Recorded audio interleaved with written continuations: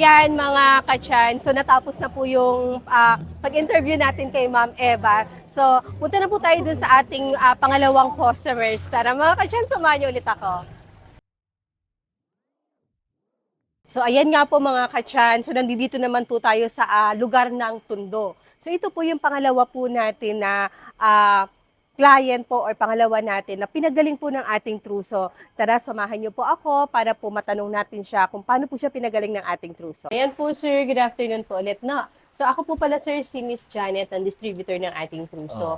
So ngayon sir, matanong ko lang po kayo ng mga konting details. So before niyo po kayo gumamit ng truso, ano po ba yung mga nararamdaman ninyo? Nakakaranas po ba kayo sir ng pagsusuka, hirap kumain, may problema sa pagdumi? Dati, nung hindi pa ako minom nito, Ano po yung nararamdaman niyo po? yung tiyan ko, para ako may bloating. Yung, minsan para ako constipated na hindi madumi. Pakiramdam ko para ako busog na. Hindi ako tama yung sinabi mo na hindi ako makakain nung una. Ba't ka ako ganito ito nararamdaman? O saan, anong doktor na ang pinunta ko, magpagamot ako. Wala rin sila maibigay na resulta ng gamot na para mawala yung sakit sa tiyan ko. Ito, masubukan ko yung una nito, yun nga. Sabi ko parang medyo maganda to. Kaya nung maubos yun, yung isang box na yun, umorder na ako ng pang isang buwan. So, nung nagpa-check up po kayo sa doktor, sir, may mga findings po ba yung doktor? Dahil po na constipated po kayo. So, mga ilang Wala, days bago binigyan kayo lang din ako nung tinatawag ng gamot na pampalambot lang ng dumi. Lumambot naman. Medyo, matigas kasi kulay itim yung dumi ko eh. Matigas. So, wala naman pong dugo? Wala naman. Wala naman. Itim lang na maitim. Pero ngayon, okay din yung pakiramdam ko, maayos.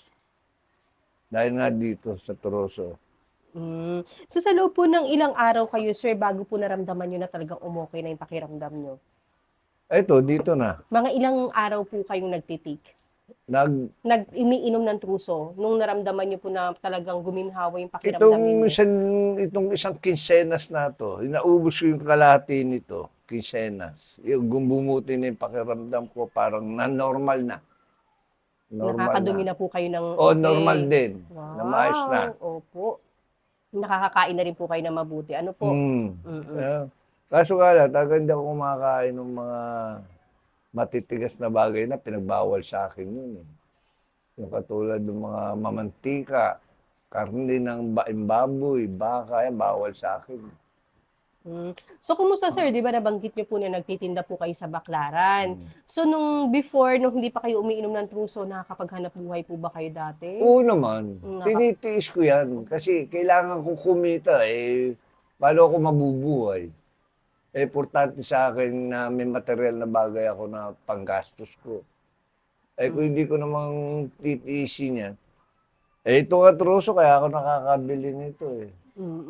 Dahil paano yung hanap buhay ko na yan, nakatutulong din. Opo. So, mas lalo pong nakapag-focus kayo sa paghahanap buhay niyo po ngayon? Isang beses lang naman isang linggo ako nagtitinda. Minsan dito sa lugar namin. Opo. So, ayun po sir, doon po, ngayon po ba sir, kumusta ang pakiramdam niyo po ngayon? Okay naman, maayos na. Medyo yung mga pag-aalala ko nawawala. Siguro kasama na rin dito yung panalangin ko sa itaas. Opo, totoo po yun.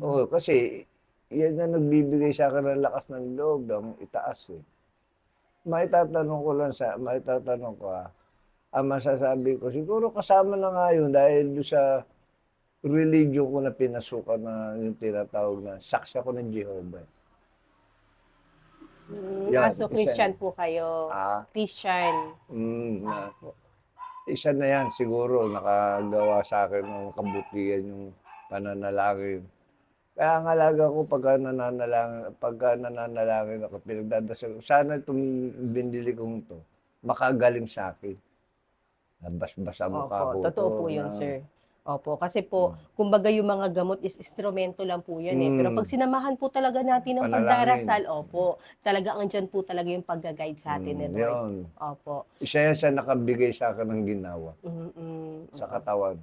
Opo, Dati, hindi ko mawari sarili ko. Ba't gano'n? Hindi ako makakatulog, madaling araw. Alis bumaksak lang, nangayayat ako, hindi ako makakain. Lalo na pag kumakain ako ng may mantika. Yun. Yun nga lang, taga pinagbawal ako. Wala naman silang nakita na ano sa akin. Ang ano lang nila sa akin, yung may nakita ro sa, yung inano ko, tawag dito, yung nilaboratory dugo ko, may nakita sila na meron akong fatty liver, high blood ako, tumaas yung ano ko, cholesterol ko. Yan. Mm. Yun nga, marami ko na nabili niya katulad ng sa inyo. Yung gatas na may ano, yan, may pohepta ako, gawa nung, So bali po nung hindi pa po kayo umiinom ng Truso, may ibang produkto po kayong iniinom? oo.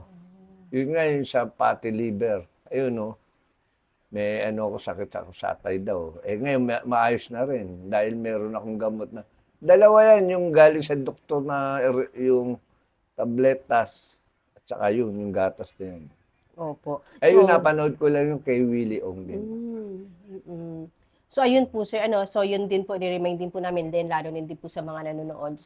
So ito po kasi sir, si Dr. Willie Ong, so paulit-ulit niya pong sinasabi na wala po siyang ini-endorso na ibang produkto po na maliban po sa talagang recommend niya na gamot, pero hindi po talaga siya nagbibigay ng specific na gamot na alam natin na nakakaganda daw sa pakiramdam ng mga ganyan. So kaya nga po talaga nakakaladkad yung pangalan niya.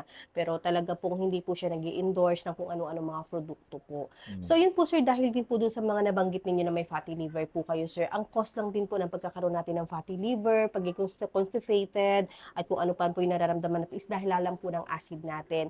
So once kasi sir, sumama yun sa circulation po ng Parang dugo. gano'n, meron Opo. ako acid reflux. Totoo po yun sir. Kasi po doon po kasi once na talagang tumaas yung acid natin, so doon po talaga pumapasok yung iba't ibang sakit sa katawan natin. Kaya po nagkakaroon po tayo ng mga ganyan sintomas. Pero thank God na rin sir dahil po sa Truso talaga nakatulong po yung Nakatulong Truso. to. Opo. Malaki na itulong sa akin na to. Opo. Kaya ngayon, parang akong bumabalik sa normal, di katulad dati.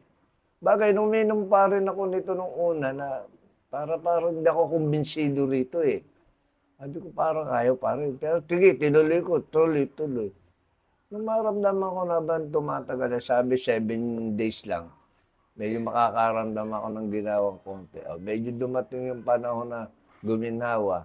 Kaya kumuha ko nito. Nang panibago ko ng isang buwan. Wow. Opo. So ayan po, 10 Naramdaman months ko na naman. umayos ako. Opo, sir. So, sir, ito na lang po. So, ano po ba, sir, yung inyong share po sa ating mga manonood, mga kamag-anak, yung tungkol po sa Truso na O pinagaling di po kayo?